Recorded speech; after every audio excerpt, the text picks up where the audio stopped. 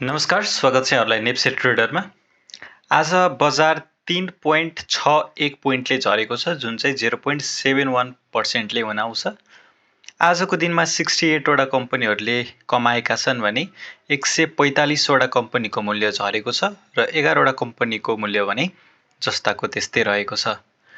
Top गेनरको कुरा गर्नु पर्दाखेरि TSHL, USHL, CYCL, ILBS र ENLमा चाहिँ सर्वाधिक वृद्धि भएको छ भने त्यसमध्ये TSHL र USHLमा चाहिँ सर्किटकै लेभलमा कारोबार भएको छ। त्यस्तै टप युजरको कुरा यदि गर्नुहुन्छ भने SPIL, BNHC, हुर्जा, SPL र SAGFमा चाहिँ आज सर्वाधिक घट्ने कम्पनीहरू चाहिँ यिनै रहेका छन्। यिनीहरूमा चाहिँ सर्वाधिक गिरावट आएको छ।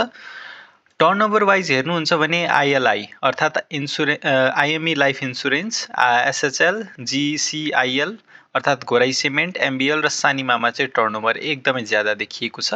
अर्थात् इन्भेस्टरहरू चाहिँ यी कम्पनीहरूमा एकदमै इन्ट्रेस्टेड छन् भन्ने कुरा बुझ्न सकिन्छ है। यो गोराई सिमेन्ट, IME लाइफ इन्सुरेन्स धेरैजनाको चासोको विषय पनि रहेको छ। तर हामीले बुझ्नुपर्ने कुरा के हो भन्दाखेरि कम्पनीहरू राम्रा छन्। राम्रा कम्पनीले IPO निकाल्दाखेरि अहिले नेगेटिभ न्युजहरू एकदमै बढी फैलाइएर हैन, पहिलो दिन नै नेगेटिभ सर्किट लगाइयो। तर आज हेर्न सक्नुहुन्छ GCIL ले बढेको छ। ILI को चाहिँ एकछिनमा हेर्नुपर्ने छ, मैले हेरेको चाहिँ छैन। टप भोल्युमको आधारमा हेर्छौँ भने चाहिँ MBL, SHL, सानिमा, ILI र GCIL मा चाहिँ भोल्युम एकदमै ज्यादा आएको छ। टप ट्रान्जेक्सन वाइज यदि हेर्छौँ भने GCIL, ILI, NRM, MEL र निफ्रामा चाहिँ ट्रान्जेक्सन अथवा किनबेच एकदमै ज्यादा भएको छ। आज 2 अर्बको मात्र कारोबार रकम आएको छ बजारमा, जबकि हिजो अस्ति बढ्दै जाँदाखेरि 3 अर्बसम्म आइरहेको थियो। यो यसरी घट्दाखेरि रकम कम आउनु र बढ्दाखेरि धेरै आउनु भनेको चाहिँ मान्छेहरू सस्तो मूल्यमा बेच्न चाहिरहेका छैनन् र सेलरहरू पनि आक्रामक रूपमा खरिद गरिरहेका छैनन् भन्ने कुरा चाहिँ बुझ्न सकिन्छ। जुन दिन भोल्युम आउँदाखेरि, टर्नओभर बढ्दाखेरि बजार बढ्छ भनेको मतलब के हो भन्दाखेरि बायरहरू किन्न एकदमै रुचाइरहेका छन् है। आज 279 वटा कम्पनीहरूको चाहिँ आज कारोबार भएको छ। र यदि सेक्टर वाइज कुरा गर्छौँ है, ब्याङ्किङ इन्डेक्स आज पनि बढेको छ 0.53%ले। डेभलपमेन्ट ब्याङ्क 0 अङ्कको मात्र वृद्धि छ, 1.13 अर्थात् 0.02%ले मात्रै बढेको छ। फाइनेन्समा अलिकति करेक्सन देखिएको छ 0.3% को। होटल एन्ड टुरिज्म निकै राम्रो बढेर गएको सेक्टर भयो हुनाले आज करेक्सन आएको छ, 1.58% को गिरावट छ। हाइड्रो पावरमा 1.59 को गिरावट छ। त्यसै गरी इन्भेस्टमेन्टमा 0.24 को गिरावट छ। लाइफ इन्सुरेन्स पनि 0.05%ले घटेको छ। म्यानुफ्याक्चरिङ एन्ड प्रोसेसिङ भन्ने 0.65%ले बढेको छ। माइक्रो फाइनेन्स 0.37ले बढेको छ। म्युचुअल फन्ड 0.55%ले बढेको छ। नन लाइफमा 0.95 को गिरावट छ। अदर इन्डेक्समा 0.65 को गिरावट छ र ट्रेडिङ इन्डेक्स 1.49%ले घटेको छ। आज सर्वाधिक घट्ने अथवा नेप्से को घट्नुको कारणको धेरै जस्तो योगदान चाहिँ होटल एन्ड टुरिज्म र हाइड्रोले, त्यसै गरी ट्रेडिङ इन्डेक्सले चाहिँ योगदान दिएको छ घट्नमा भने। नेप्सेलाई धेरै घट्नबाट बचाउनको लागि चाहिँ ब्याङ्किङ इन्डेक्सको एकदमै ठुलो योगदान रहेको छ। त्यस्तै manufacturing and processing, micro finance र म्युचुअल फन्डहरूको पनि ठुलै योगदान रहेको छ। अब लागौँ टेक्निकल चार्टतर्फ। यदि टेक्निकल चार्टमा यदि हेर्नुहुन्छ भने आज मर्निङ स्टार टाइपको क्यान्डल फर्म भएको छ है। र यदि यो क्यान्डलले भोलिको दिनदेखि चाहिँ सेल सिग्नल अथवा भोलिदेखि घट्ने नै हो भने चाहिँ यो ट्रेन्ड लाइन फलो हुने देखिन्छ, यो ट्रेन्ड लाइन है। त्यसै गरी यदि यसलाई तर अहिलेको लागि हेर्नुहुन्छ भने कुनै पनि आधारमा चाहिँ यो ट्रेन्ड लाइन फलो हुने जस्तो चाहिँ देखिँदैन। किन मैले यस्तो भनेको भन्दाखेरि एउटा यो ट्रेन्ड लाइन चाहिँ फलो गरिसकेको छ क्या बजारले, त्यस कारणले भर्खरै त बटम लागेर बढ्न सुरु गरिरहेको छ हैन। त्यस कारणले गर्दाखेरि चाहिँ अहिले यसको प्यारलल, एटलिस्ट यसको प्यारलल यदि हामी ड्र गर्छौँ भने चाहिँ हायर हाई नबनाउला, तर कम्तीमा भए पनि यसको टार्गेट हामीले 2200 सम्म चाहिँ राख्न सक्छौँ है। 2200 सम्मको टार्गेट हामीले सजिलै अचिभ गर्न सक्ने देखिन्छ।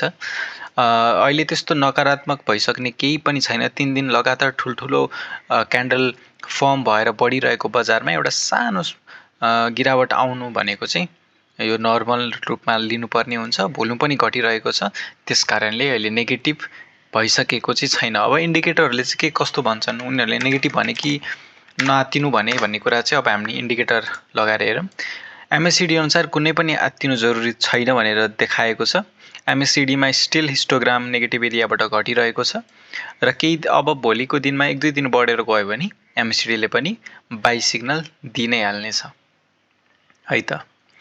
त्यसै गरी हामी यदि आरएसआई हेर्छौँ भने अलिकति आज घटेको हुनसक्छ, अलिकति आज घटेको छ थोरैले।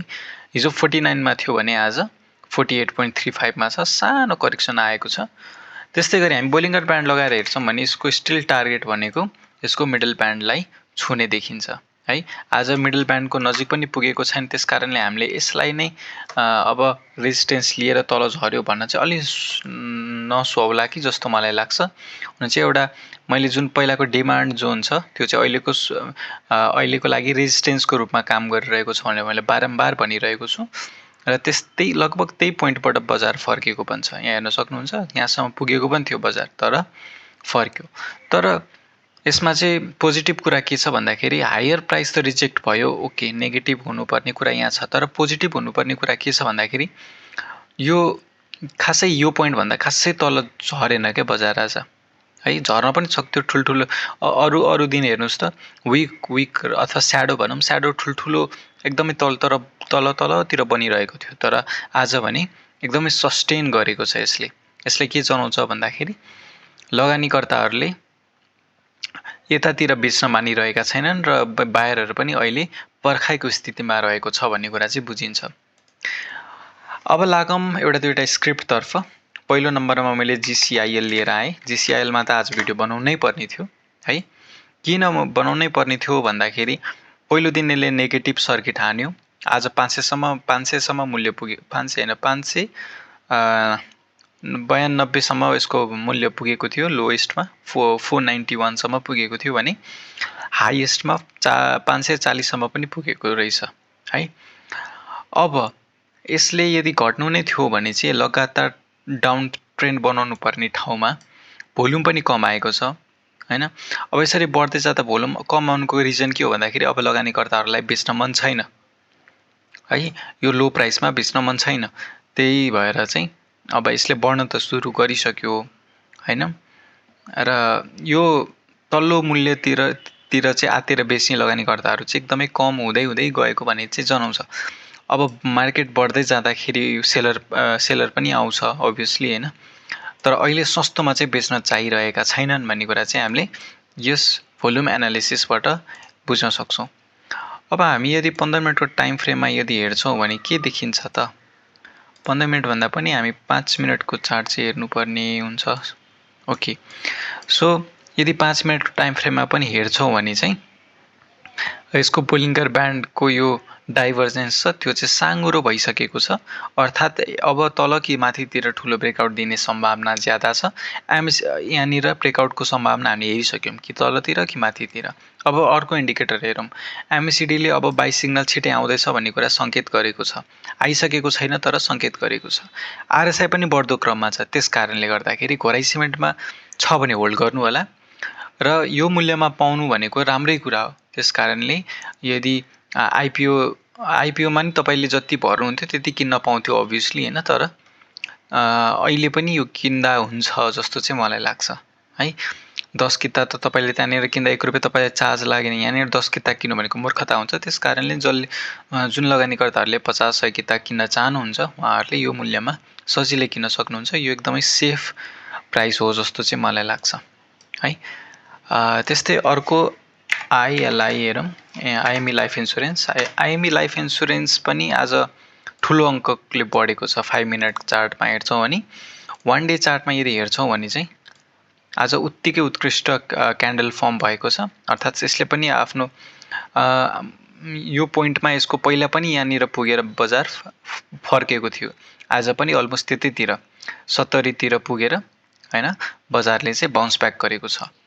अब भोल्युम पनि बढ्दो क्रममा छ, त्यस कारणले यसमा पनि बढ्ने सम्भावना एकदमै ज्यादा देखिएको छु। तपाईँहरूसँग छ भने होल्ड गर्नु होला, अथवा नयाँ बाइङको लागि पनि सोच्नु भएको थियो भने चाहिँ अब किन्ने मौका आइसकेको छ जस्तो मलाई लाग्छ। मैले यो किन यति चाँडै किन्नुपर्छ जस्तो लाग्यो भन्दाखेरि एमइएलमा पनि सिमिलर प्याटर्न बनेको छ है। एमइएल पनि हेर्नुहोस् त केही दिन झऱ्यो र लगत्तै बढिहाल्यो है, एउटा सानो स्विङ आइहाल्यो। अहिले फेरि तल एकदमै तल झरेको अवस्था छ र केही टाइममा अब यसमा पनि यदि एमइएल पनि किन्न चाहनुहुन्छ भने चाहिँ एकदमै सुनौलो ठाउँमा आएको छ, किनभने यो पोइन्टभन्दा धेरै तल गएको छैन, अलमोस्ट हामी बटममा छौँ। यदि यसलाई बटम पनि मान्छौँ भने एकदमै अर्को कुरा के हो भन्दाखेरि यो मूल्यमा किन्ने लगानीकर्ताहरू अरू कम्पेयरमा यति क्यान्डलहरूमा चाहिँ एकदमै कम छन् क्या कम्पेरिटिभली। सो यो मूल्यमा किन्न चाहिँ हामी डराउनु हुँदैन। आफ्नो क्यापिटल जति छ त्यसको आधी भए पनि किन्न सक्नुहुन्छ, आधी अरू चाहिँ अझै घटेर गयो भने एभरेजिङ गर्न काम लाग्छ। यसमा पनि मैले बढ्ने सम्भावना एकदमै ज्यादा देखेको छु। एउटा अलरेडी यो सपोर्टको जोनमा रहेको छ है, त्यस कारणले अब हामीले अझै कुर्न सक्छौँ। एमसिडीहरूको लागि सिग्नल आइसकेको छैन वान डेमा, तर हामी यदि 10 मिनटको चार्ट हेर्छौँ भने यसमा स्पाई सिग्नल आज 12:40 आइसकेको छ है, त्यस कारणले यसमा पनि राम्रो अपर्च्युनिटी हुन सक्छ। हस् त आजलाई यति नै। भिडियो कस्तो लाग्यो मन परेमा लाइक गरिदिनु होला, केही सर सुझाव छ भने कमेन्टमा तल लेखिदिनु होला, र च्यानलमा नयाँ हुनुहुन्छ भने चाहिँ सब्सक्राइब गरिदिनु होला। हस् त आजलाई यति नै, भोलिको भिडियोमा फेरि भेट्नेछौँ। धन्यवाद।